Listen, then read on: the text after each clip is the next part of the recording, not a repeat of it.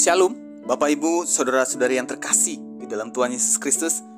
Hari ini kita akan melanjutkan pembacaan dan perenungan kebenaran firman Tuhan dari kitab Hakim-Hakim, pasal yang ke-20, ayat yang pertama sampai yang ke-48. Saya mengajak kita semua untuk membuka Alkitabnya dan membacanya bersama-sama dengan saya. Kita akan memulai dengan ayat yang pertama.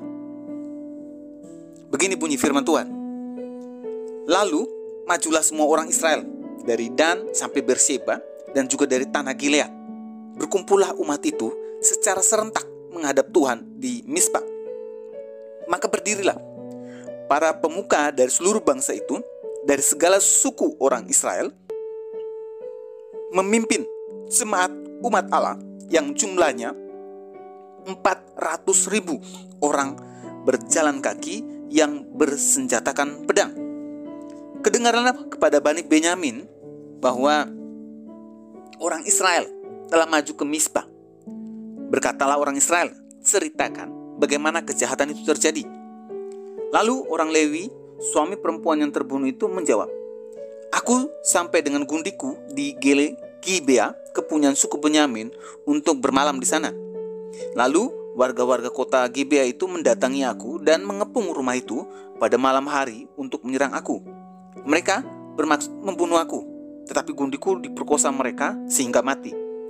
Maka ku ambillah mayat gundiku, ku potong-potong dia, dan ku kirimkan ke seluruh daerah milik pusaka orang Israel. Sebab orang-orang itu telah berbuat mesum dan berbuat noda di antara orang Israel. Sekarang kamu sekalian, orang Israel, telah ada di sini. Berikanlah di sini pertimbanganmu dan nasihatmu. Kemudian bangunlah seluruh bangsa itu dengan serentak sambil berkata, seorang pun daripada kita takkan pergi ke kemahnya, seorang pun daripada kita takkan pulang ke rumahnya. Inilah yang akan kita lakukan kepada Gibea, memeranginya dengan membuang undi. Kita akan memilih dari seluruh suku Israel 10 orang dari tiap-tiap 100, 100 orang dari tiap-tiap 1000, 1000 orang dari tiap-tiap 10.000 untuk mengambil bekal bagi laskar ini, supaya sudah mereka datang dilakukan kepada Gibea Benyamin setimpal dengan segala perbuatan noda yang telah diperbuat mereka di antara orang Israel. Demikianlah orang Israel berkumpul melawan kota itu, semuanya bersekutu dengan serentak. Kemudian suku-suku Israel mengirim orang kepada seluruh suku Benyamin dengan pesan, apa macam kejahatan yang terjadi di antara kamu itu? Maka sekarang serahkanlah orang-orang itu, yakni orang-orang Dursila yang di Gibea itu, supaya kami menghukum mati mereka, dan dengan demikian menghapuskan yang jahat itu dari antara orang Israel. Tetapi Bani Benyamin tidak mau mendengarkan perkataan saudara-saudaranya, orang Israel itu. Sebaliknya, Bani Benyamin dari kota-kota lain berkumpul di Gibea untuk maju berperang melawan orang Israel. Pada hari itu, dihitunglah jumlah Bani Benyamin dari kota-kota lain itu 26.000 orang yang bersenjatakan pedang, belum termasuk penduduk Gibea, yang terhitung 700 orang pilihan banyaknya. Dari segala laskar ini ada 700 orang pilihan yang kidal, dan setiap orang dari mereka dapat mengumban dengan tidak pernah meleset sampai sehelai rambut pun. Juga orang-orang Israel dihitung jumlahnya dengan tidak termaksud suku Benyamin, ada 400.000 orang yang bersenjatakan pedang, semuanya itu prajurit. Lalu orang Israel berangkat dan maju ke Betel. Di sana mereka bertanya kepada Allah, siapakah dari kami yang lebih dahulu maju berperang melawan Bani Benyamin? Jawab Tuhan, suku Yehudalah lebih dahulu. Lalu orang-orang Israel bangun pagi-pagi dan berkemah mengepung Gibea. Kemudian majulah orang-orang Israel berperang melawan suku Benyamin. Orang-orang Israel mengatur barisan perangnya melawan mereka dekat Gibea. Juga Bani Benyamin maju menyerang dari Gibea dan menggugurkan ke bumi 22.000 orang dari antara orang Israel pada hari itu. Tetapi laskar Israel mengumpulkan segenap kekuatannya, lalu mengatur pula barisan perangnya di tempat mereka mengatur barisannya semula. Kemudian pergilah orang-orang Israel lalu menangis di hadapan Tuhan sampai petang. Sesudah itu mereka bertanya kepada Tuhan, akan pergi pulakah kami berperang melawan Bani Benyamin, saudara kami itu? Jawab Tuhan, majulah melawan mereka. Tetapi ketika orang-orang Israel pada hari kedua sampai di dekat Bani Benyamin, maka pada hari kedua itu majulah suku Benyamin dari Gibea menyerbu mereka, dan digugurkannya pula ke bumi 18.000 orang di antara orang-orang Israel. Semuanya orang-orang yang bersenjatakan pedang. Kemudian pergilah semua orang Israel, yakni seluruh bangsa itu, lalu sampai di Betel. Di sana mereka tinggal menangis di hadapan Tuhan, berpuasa sampai senja pada hari itu, dan mempersembahkan korban bakaran dan korban keselamatan di hadapan Tuhan. Dan orang-orang Israel bertanya kepada Tuhan. Pada waktu itu ada di sana tabut perjanjian Allah, dan Pinehas bin Eleazar bin Harun menjadi imam Allah pada waktu itu. Kata mereka, haruskah kami maju sekali lagi untuk berperang melawan Bani Benyamin, saudara kami itu? Atau haruskah kami hentikan itu? Jawab Tuhan, majulah, sebab besok aku akan menyerahkan mereka ke dalam tanganmu. Lalu orang Israel menempatkan penghadang-penghadang sekeliling Gibea. Pada hari ketiga, majulah orang-orang Israel melawan Bani Benyamin dan mengatur barisannya melawan Gibea seperti yang sudah-sudah. Maka majulah Bani Benyamin menyerbu laskar itu. Mereka terpancing dari kota, dan seperti yang sudah-sudah, mereka mulai menyerang laskar itu pada kedua jalan raya, yang satu menuju ke Betel dan yang lain ke Gibea melalui padang, sehingga terbunuh beberapa orang, kira-kira 30 orang di antara orang Israel. Maka kata Bani Benyamin, orang-orang itu telah terpukul kalah oleh kita seperti semula. Tetapi orang-orang Israel telah bermufakat lebih dahulu. Marilah kita lari dan memancing mereka dari kota ke jalan-jalan raya. Jadi orang Israel bangun dari tempatnya dan mengatur barisannya di Baal Tamar. Sedang orang Israel menghadang itu tiba-tiba keluar dari tempatnya, yakni tempat terbuka dekat Geba, dan sampai di depan Gibea sebanyak 10.000 orang pilihan dari seluruh Israel. Pertempuran itu dahsyat, tetapi Bani Benyamin tidak tahu bahwa malapetaka datang menimpa mereka. Tuhan membuat suku Benyamin terpukul kalah oleh orang Israel. Pada hari itu, orang-orang Israel memusnahkan dari antara suku Benyamin 25.100 orang, semuanya orang-orang yang bersenjatakan pedang. Bani Benyamin melihat bahwa mereka telah terpukul kalah, sementara orang-orang Israel agak mundur di depan suku Benyamin, sebab mereka mempercayai penghadang-penghadang yang ditempatkan mereka untuk menyerang Gibea. Maka segeralah penghadang-penghadang itu menyerbu Gibea. Mereka bergerak maju dan memukul seluruh kota itu dengan mata pedang. Tapi orang-orang Israel telah bermufakat dengan penghadang-penghadang itu untuk menaikkan gumpalan asap tebal dari kota itu. Ketika orang-orang Israel mundur dalam pertempuran itu, maka suku Benyamin mulai menyerang orang Israel, sehingga terbunuh kira-kira 30 orang. Karena pikir mereka, tentulah orang-orang itu terpukul kalah sama sekali oleh kita seperti dalam pertempuran yang dahulu. Tapi pada waktu itu mulailah kumpulan asap naik dari kota itu seperti tiang asap. Suku Benyamin menoleh ke belakang, dan tampaklah kota itu seluruhnya terbakar. Apinya naik ke langit.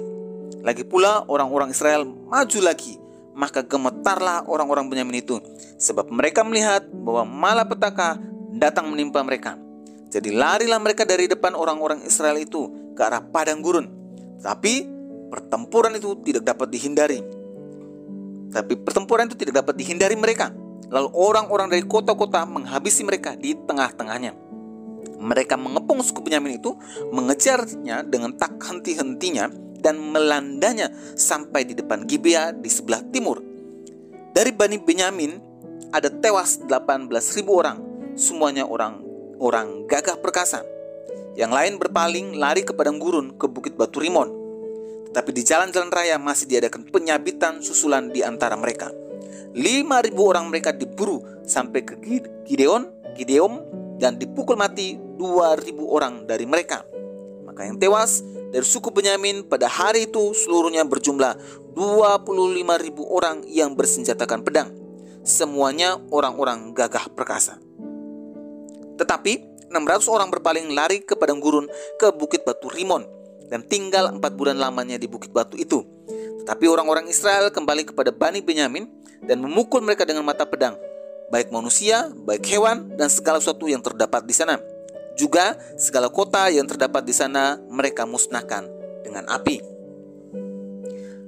Bapak, Ibu, saudara-saudari yang terkasih di dalam Tuhan, melalui pembacaan dan perenungan firman Tuhan dari Hakim-Hakim pasal 20 ayat yang pertama sampai 48, kita dapat belajar bahwa berani mengaku kesalahan merupakan hal yang sangat sulit untuk dilakukan. Biasanya orang lebih sulit untuk mengatakan hal yang jujur dibandingkan hal yang bohong. Kebanyakan dari kita lebih memilih untuk menyembunyikan kesalahan daripada untuk mengakuinya. Akibatnya, untuk menutupi semua itu, kita seringkali ngotot, marah.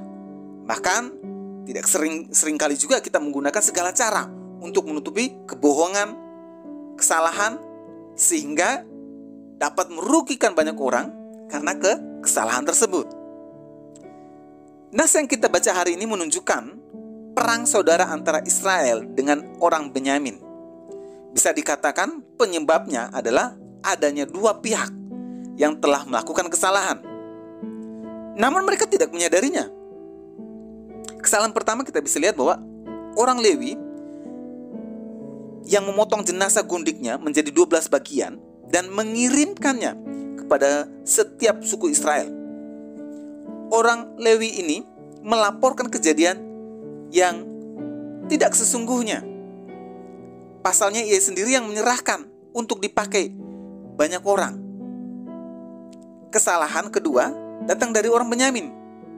Mereka tidak mau mengakui bahwa ada orang-orang Dursila dari sukunya yang telah berbuat kejahatan terhadap gundik dari seorang Lewi ini. Bapak Ibu Saudara yang terkasih dalam Tuhan, mengakui kesalahan adalah sebuah keberanian besar.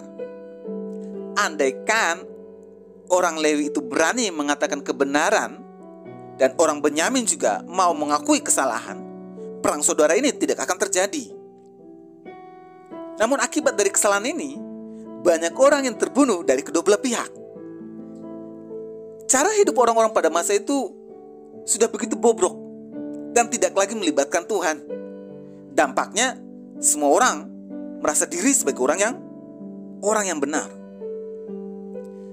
Bapak Ibu Saudara yang terkasih, apa refleksi bagi kita hari ini?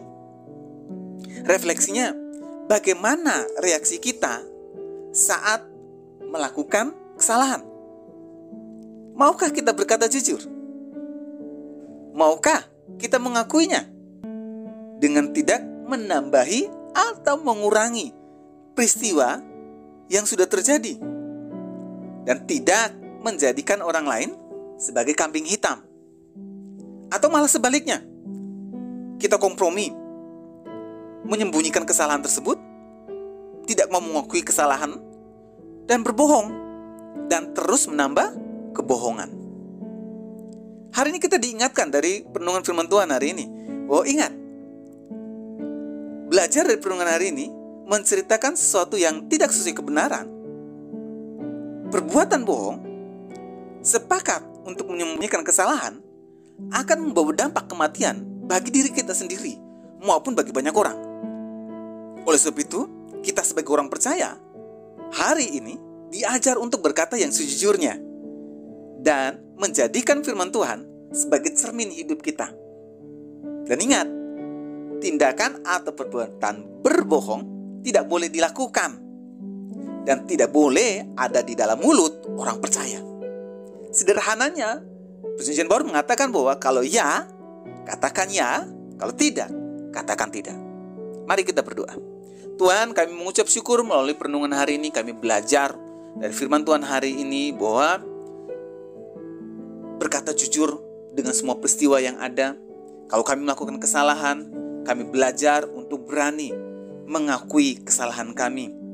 Dan kami belajar untuk tidak menyembunyikan, tidak kompromi, dan berani berkata yang sebenarnya dan berkata ya kalau ya, tidak kalau tidak. Mari Tuhan terus pimpin kami, biar firman-Mu terus tertanam di hati kami dan kami lakukan di setiap kehidupan kami. Dalam nama Yesus kami sudah berdoa. Amin. Kiranya renungan hari ini menguatkan langkah iman kita dalam mengiringi Tuhan Yesus Kristus. Ingat, tetap terus berdoa, tetap terus percaya,